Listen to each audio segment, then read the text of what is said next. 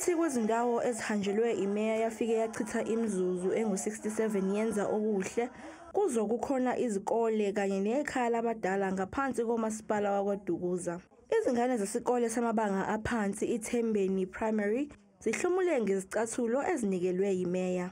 KwaDukuza Municipality donated 50 pairs weyicathulo zesikole from iThembeni Primary School sibese siya eWard 18 kwi-area yaseMbozamo la sifike khona saklina salekelela lapho beklinwa ekhona.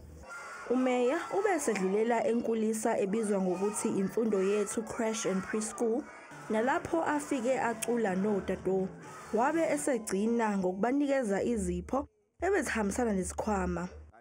Uvale umcimbi evula amehlo hospice khona ufike washiya isheke lemali engu-40,000 wamarandi. Siyazi ukuthi lolu suku lwakhe walichitha kakhulu nabantwana, lokho mhlawumbe sasiye sikubona ukuthi isikhathi esiningi wayelichitha nabantwana, ingakho nami ngithe usukwini namhlanje angivakashele indawo la khona iy'ngane siyoyinikeza uthando, kube khona nanezipho esiyishiyela zona kanjalo nabantu abadala ngoba nabo futhi wayebakhonzile. Unyaka ugcine ngokuyohlanza idolobha lakwaDukuza ukukhuthaza umphakathi ukuthi wenze umehluko ngalenyanga yokuzalwa kukaMadiba.